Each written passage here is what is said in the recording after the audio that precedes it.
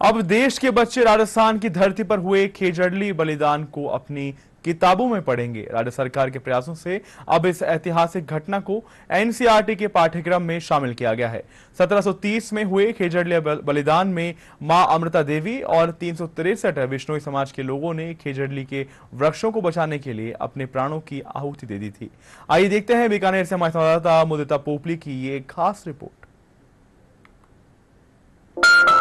राज्य सरकार के प्रयासों और केंद्रीय स्तर पर की गई विशेष पहल के चलते एनसीईआरटी के कक्षा 3, 4 और 5 के पाठ्यक्रम में खेजड़ली बलिदान को शामिल कर लिया गया है। मुख्यमंत्री भजनलाल शर्मा ने जयपुर में इन पाठ्य पुस्तकों का विमोचन किया। इस निर्णय को लेकर विश्नोई समाज में खुशी की लहर है। विश्नोई समाज जो सदियों से पर्यावरण संरक्षण, जीव रक्षा और वन्य जीवन के सम्मान को अपने धार्मिक और सामाजिक जीवन का हिस्सा मानता है। अकादमी की अध्यक्ष डॉक्टर इंदिरा विश्नोई ने बताया कि पाठ्यक्रम की आवश्यकता को ध्यान में रखते हुए एक समर्पित टीम ने सहज, बोधगम्य और प्रेरणादायी सामग्री तैयार की है। जामभाणी साहित्य अकादमी की भी उल्लेखनीय भूमिका रही है। हमारे आने वाली जो बच्चों की पीढ़ी है उनको अगर इसके बारे में जानकारी मिलेगी तो आगे इसका बहुत अच्छा पर्यावरण संरक्षण को लेकर प्रचार प्रसार होगा।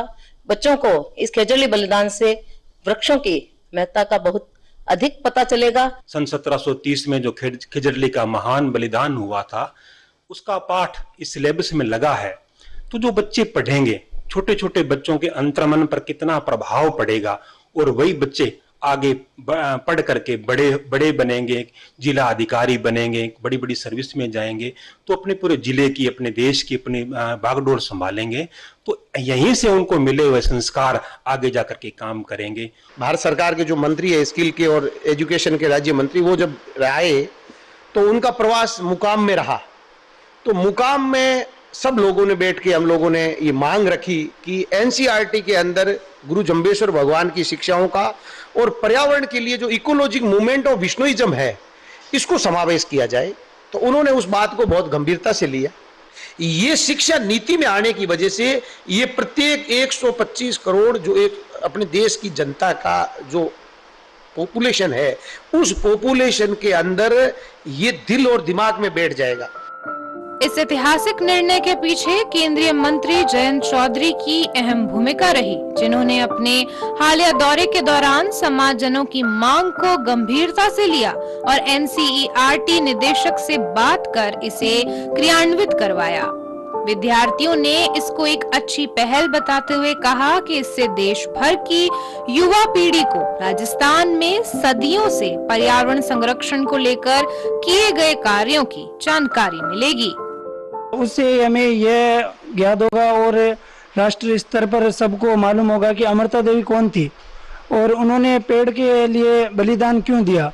तो वो देख के हमें आज यह देखने को मिलेगा कि हम मतलब एकजुट पेड़ों के लिए रक्षा करें और विश्नोई समाज भी एकत्रित हो। इसके बारे में हमें पढ़ना चाहिए, जिससे कि हम जैसे कि बच्चे पढ़ेंगे तो इसके बारे में पता चलेगा बच्चों को और वो फिर आगे भी वो रूल कर पाएंगे मतलब वर्ल्ड में। जैसे कि ना अगर पेड़ बचाएंगे तभी तो ऐसे ऑक्सीजन और क्लाइमेट चेंज नहीं होगा। बच्चे सीखेंगे कि पर्यावरण से क्या लाभ होगा इन पेड़ पौधों से। वो अपने परिवार वालों को भी बताएंगे कि इनसे बहुत फायदा होता है, हमें इनसे ही ऑक्सीजन मिलती है और कोरोना काल में भी ऑक्सीजन की बहुत जरूरत पड़ी तो पेड़ पौधों से ही हमें ऑक्सीजन मिली थी। इस ऐतिहासिक कदम से न केवल विश्नोई समाज की वैचारिक और धार्मिक परंपराओं को मान्यता मिली है, बल्कि भारत में पर्यावरण शिक्षा को लेकर नई दृष्टि और समझ विकसित होगी। ब्यूरो रिपोर्ट, दूरदर्शन समाचार, जयपुर।